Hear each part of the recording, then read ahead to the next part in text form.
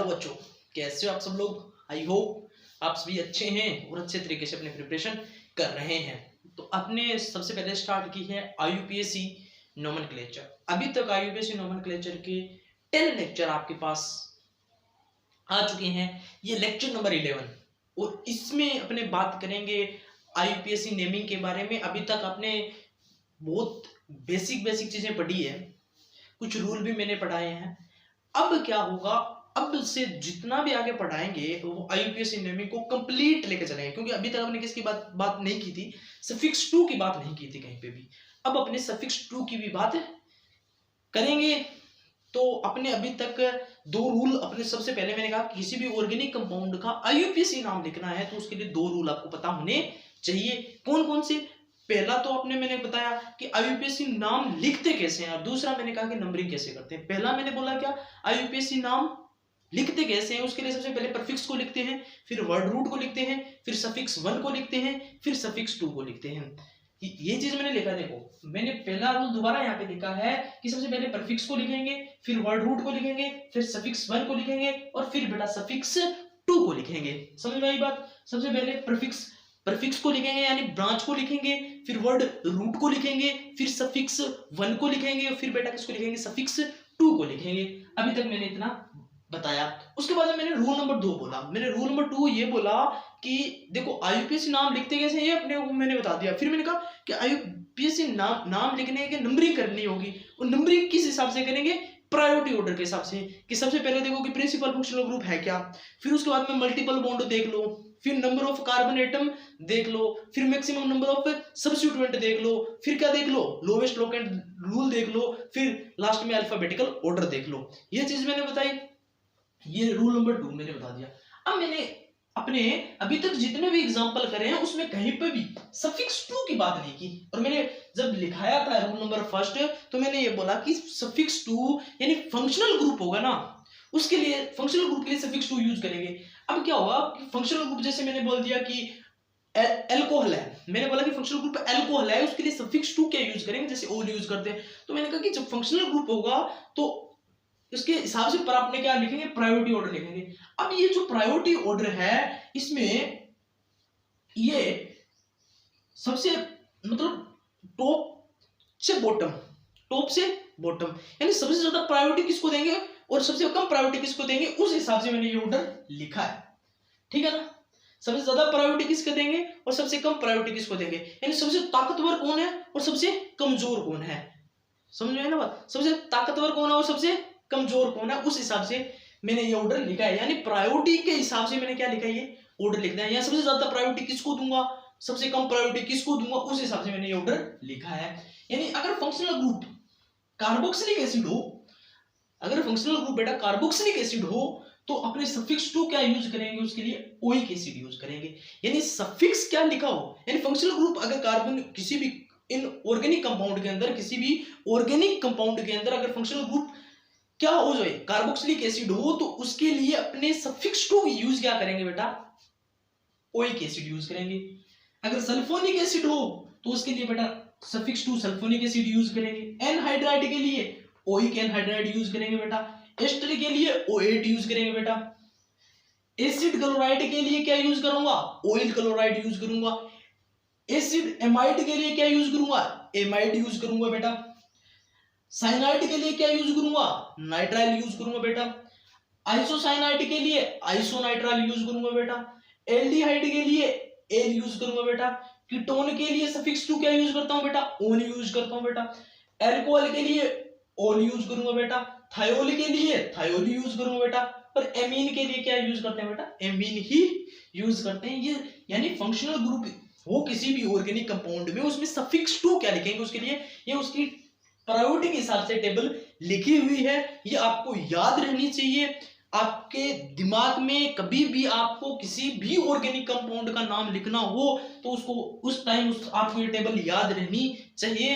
अगर आपको याद हो जाए तो बहुत अच्छी बात है, बहुत से बच्चों को पहले से याद होगी। जिसको याद नहीं है, उसको याद रखने में दिक्कत है, तो वो क्या करे, अपने स्टडी टेबल के सामने इस टेबल को क्या कर ले, चिपका लेना। बार बार जैसे देखोगे आप, बार बार प्रैक्टिस करोगे क्वेश्चंस की, तो आप आपको ये लास्ट तक मैं इतनी क्वेश्चन कराऊंगा कि आपको ये जो टेबल है वो याद हो जाएगी, उसकी कोई प्रॉब्लम नहीं है। इतने क्वेश्चन करेंगे अपने, इतनी क्वेश्चन की प्रैक्टिस करेंगे, बहुत से क्वेश्चन मैं क्लास में करूंगा, बहुत से क्वेश्चन मैं आपको करने भी दूंगा। तो इतनी अपने प्रैक्टिस करेंगे कि ये जितने भी जो टेबल आगे एक टेब दो टेबल और आएगी वो भी आपकी याद हो जाएगी लास्ट तक।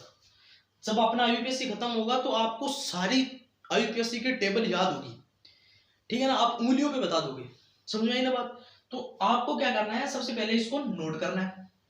एक बार दोबारा बता देता हूं, मैंने ये टेबल प्रायोरिटी के हिसाब से लिखी है, यानी सबसे ज्यादा प्रायोरिटी किसको देते हैं, कार्बोक्सिलिक एसिड को देते हैं, फिर सल्फोनिक एसिड को देते हैं, फिर एनहाइड्रेट को, इस हिसाब से मैंने लिखा है।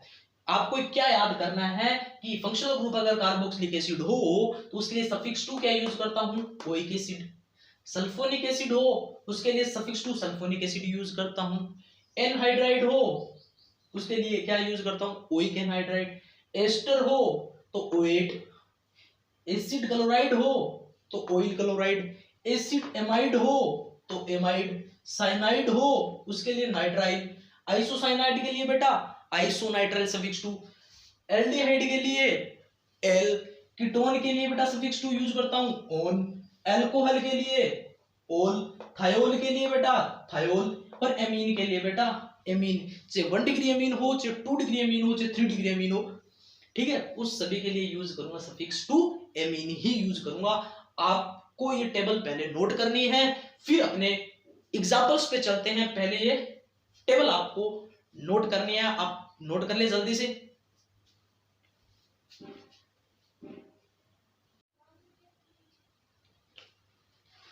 तो बेटा आपने वो नोट कर लिया होगा, वो टेबल नोट कर ली होगी। अब अपने कुछ क्वेश्चंस की प्रैक्टिस करते हैं, कुछ क्वेश्चंस के थ्रू जो बात अभी तक अपने लिखी है उसको समझने की कोशिश करते हैं। आपको बहुत अच्छे तरीके से समझ में आएगा, बस पूरा ध्यान यहाँ पे लगा कर रखना, पूरा ध्यान यहाँ पे होना चाहिए, इधर उधर नहीं होना चाहिए। समझ में आई ना बात? पूरा ध्यान आपका यहाँ पे होना चाहिए।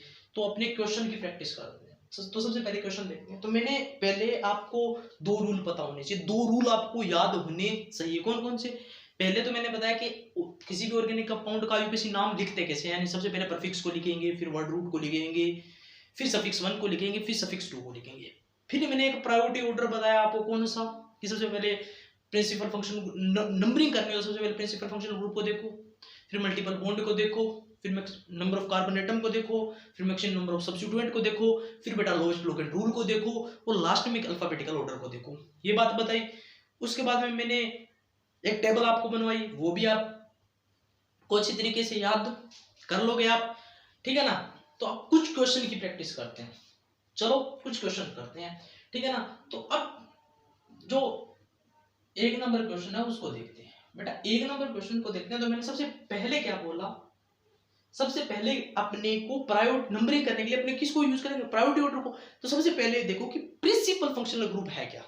प्रिंसिपल फंक्शनल ग्रुप देखोगे तो आपको पता चलेगा कि ये क्या है, प्रिंसिपल फंक्शनल ग्रुप, यानी कि फंक्शनल ग्रुप है और उसमें भी कौन सा, प्रिंसिपल फंक्शनल ग्रुप, यानी जिसकी प्रायोरिटी सबसे ज्यादा हो।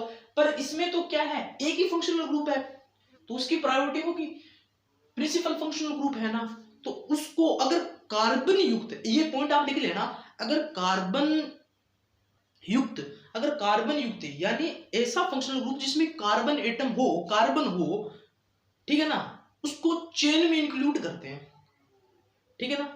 जब आईयूपीएसी नाम लिखोगे तो आप इसको चेन में इंक्लूड करोगे तो कार्बन को, ठीक है। अगर उसको क्या देंगे, 1 नंबर देंगे।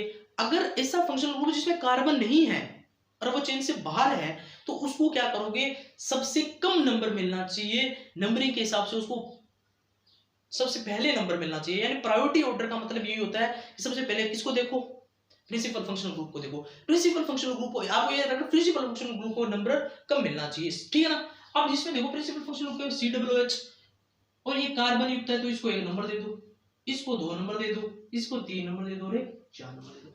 प्रायोरिटी ऑर्डर क्या होता है, सबसे पहले किसको देखना है, प्रिंसिपल फंक्शनल ग्रुप को। प्रिंसिपल फंक्शनल ग्रुप तो मल्टीपल बॉन्ड को देखो। प्रिंसिपल फंक्शनल ग्रुप कौन सा है, COOH यानी कार्बोक्सिलिक एसिड है। इसके लिए मैं सफिक्स 2 क्या यूज करता हूं बेटा, ओइक एसिड। तो इसका नाम लिखना है तो मैंने सबसे पहले तो अपनी नंबरिंग कर ली। अब आपको किसी पे रूल फर्स्ट पे जाना है। कौन सा रूल? सबसे पहले प्रीफिक्स को लिखो। मैंने कहा इसमें कोई प्रीफिक्स है क्या, कोई ब्रांच है क्या? तुमने कहा नहीं। तो फिर मैंने कहा वर्ड रूट। 4 कार्बन के लिए वर्ड रूट क्या यूज करता हूं बेटा? ब्यूट। 4 कार्बन के लिए वर्ड रूट क्या यूज करूंगा बेटा? ब्यूट। फिर लिखता हूं वर्ड रूट के बाद में क्या लिखता हूं? सफिक्स 1 को। Suffix 1 carbon double bond carbon के लिए क्या यूज लिखूंगा बेटा? 2 पर क्या आ रहा है? इन आ रहा है। 2 पर क्या आ रहा है बेटा? इन आ रहा है। और फिर सफिक्स 2 को लिखूंगा और COOH के लिए सफिक्स 2 लिखता हूं। ओइक एसिड तो मैं लिख दूंगा 1 पर क्या आ रहा है? ओइक एसिड आ रहा है। Oic acid. ये नाम सही है क्या? ये नाम सही है क्या बेटा? बहुत से लोग ये बोलेंगे सर एकदम सही है। अरे भाई पिछला रिवाइज करके आ। पिछली क्लास में मैंने बताया था 2 अल्फाबेट, कंस्ट्रक्टिव अल्फाबेट यानी AEIOUY, AEIOUY 2 अल्फाबेट अगर लगातार आ जाए तो पहले वाले अल्फाबेट को क्या कर देते हैं? कैंसिल कर देते हैं। ये कैंसिल हो जाएगा। अब ये नाम बिल्कुल सही है, ठीक है ना।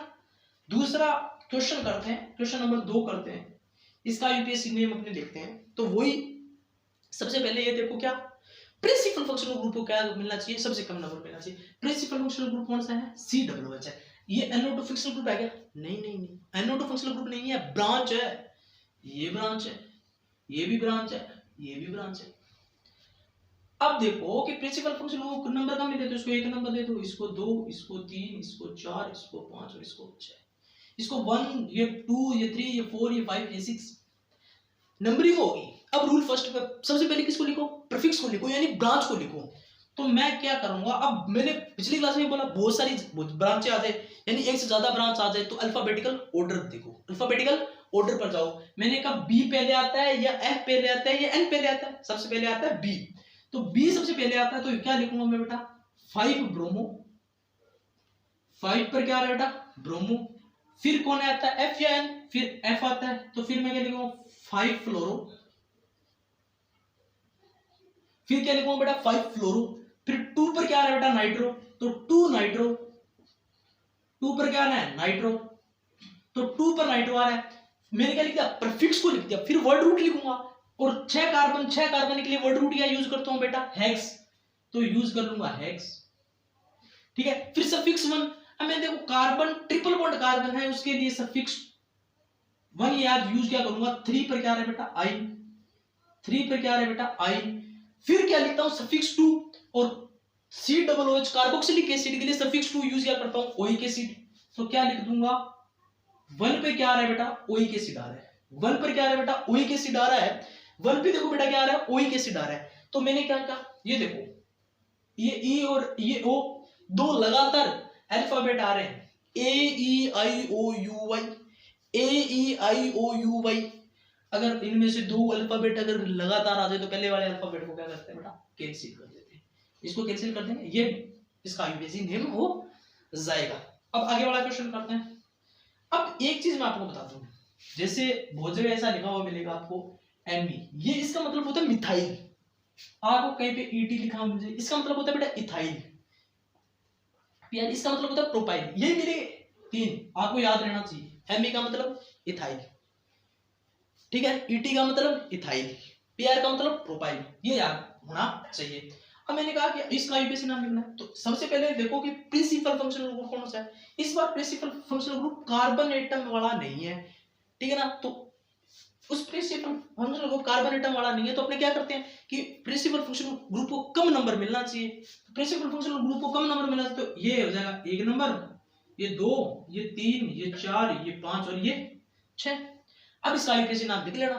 प्रायोरिटी ऑर्डर के हिसाब से अपने क्या कर लिया? इसकी नंबरिंग कर ली। अब क्या कर लेंगे? इसका रूल फर्स्ट के नाम से नाम लिख लेंगे। सबसे पहले ब्रांच देख लो। मैंने कहा ये देखो ये क्या है? OR है बेटा। इसके लिए मैंने बताया था प्रीफिक्स क्या होता है? एल्कोक्सी। और OET है यानी एथोक्सी। और ये क्या है बेटा? आयोडो। E पहले आता है बेटा अल्फाबेटिकली, I पहले आता है, E पहले आता है। तो इसके लिए प्रीफिक्स क्या लिखूंगा? इसके लिए एथोक्सी। कितने पर है? 2 एथोक्सी। 2 पर क्या आ रहा है बेटा एथोक्सी, 4 पर क्या आ रहा है बेटा आयोडो, 4 पर क्या आ रहा है बेटा आयोडो। 6 कार्बन एटम के लिए, 6 कार्बन एटम के लिए क्या यूज करता हूं बेटा word root hex. 6 carbon atom के लिए वर्ड रूट क्या यूज करूंगा हेक्स। अब कार्बन डबल बॉन्ड कार्बन है और तो इसके लिए सफिक्स 1 क्या यूज करता हूं बेटा इन, तो 5 पर क्या आ रहा है बेटा इन। और इसके लिए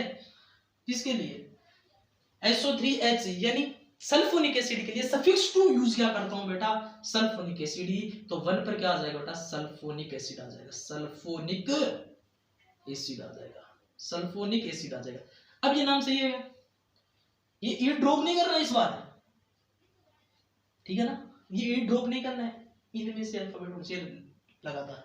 अब ये ई ड्रॉप नहीं होगा, ये इसका बेटा क्या हो जाएगा IUPAC नेम हो जाएगा। अब ये 3 क्वेश्चन मैंने आपको करवा दिए, 3 क्वेश्चन बचे। अब इसमें से मैं क्या करता हूं आपको एक क्वेश्चन और करवा देता हूं, फिर 2 क्वेश्चन आपको करने हैं, ठीक है ना। कौन सा करूं ये करवा देता हूं चलो। अब ये क्या है बेटा ये ये है ना, ध्यान से देखो ये, ठीक है ना। तो मैंने कहा कार्बन युक्त अगर फंक्शनल ग्रुप हो तो उसको क्या करो चेन में इंक्लूड कर लो। तो इसको मैं क्या करूंगा 1 नंबर दूंगा, इसको 2 नंबर दूंगा, इसको 3 नंबर, इसको 4 नंबर, इसको 5 नंबर। समझ में आ गई। अब ब्रांच आ गई, तो मैंने बोला बी पहले आता है एफ पहले आता है, आपको सभी को पता है बी पहले आता है, तो कितने पर आ रहा है 3 पर, तो 3 ब्रोमो, 3 पर क्या आ रहा है बेटा ब्रोमो। 2 पर क्या आ रहा है बेटा फ्लोरो, तो 2 फ्लोरो, 2 पर क्या आ रहा है बेटा फ्लोरो, 2 फ्लोरो आ गया। फिर मैं 5 कार्बन के लिए वर्ड रूट क्या यूज करता हूं बेटा पेंट, 5 कार्बन के लिए वर्ड रूट यूज होगा पेंट। सफिक्स 1 4 पर क्या आ रहा है बेटा इन, सफिक्स 1 के लिए इन यूज होगा। फिर 1 पर क्या आ रहा है बेटा ऑयल क्लोराइड, क्या आ रहा है बेटा ऑयल क्लोराइड, यानी एसिड क्लोराइड के लिए सफिक्स 2 यूज करता हूं बेटा क्या oil chloride, oil chloride chloride. अब बेटा ये नाम सही है क्या, आप बोलोगे नहीं सर, ये देखो EO लगातार 2 क्या आ रहे हैं अल्फाबेट आ रहे हैं, तो इस पहले वाले अल्फाबेट को काट दो। अब ये बिल्कुल सही है, ये नाम बिल्कुल सही है, ठीक है ना। अब ये 2 आपके लिए बचे, इसमें आपको प्रॉब्लम हो सकती है, इसके लिए मैं बता देता हूं, आप ध्यान से देखो ये है, जिस तरह आप ऑयल क्लोराइड लिखते हो ना इसको बोल देना ऑयल ब्रोमाइड, ठीक है ना। ये 4 क्वेश्चन मैंने करवाए, 2 क्वेश्चन आपको करने के लिए दिए, ये आप करो। आगे वाली क्लास में अपने और क्वेश्चन की प्रैक्टिस करेंगे। तो आपको ये वीडियो अच्छी लगी होगी, आपको जितना मैंने पढ़ाया उतना अभी तक समझ में आया होगा।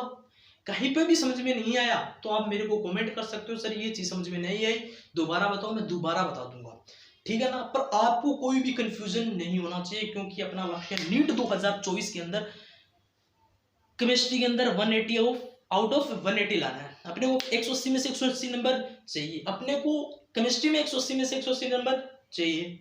अपनी पहली क्लास में ये कसम खाई थी कि नीट 2024 में केमिस्ट्री में 180 में से 180 नंबर मैं दिलाऊंगा आप लोगों को, ठीक है ना।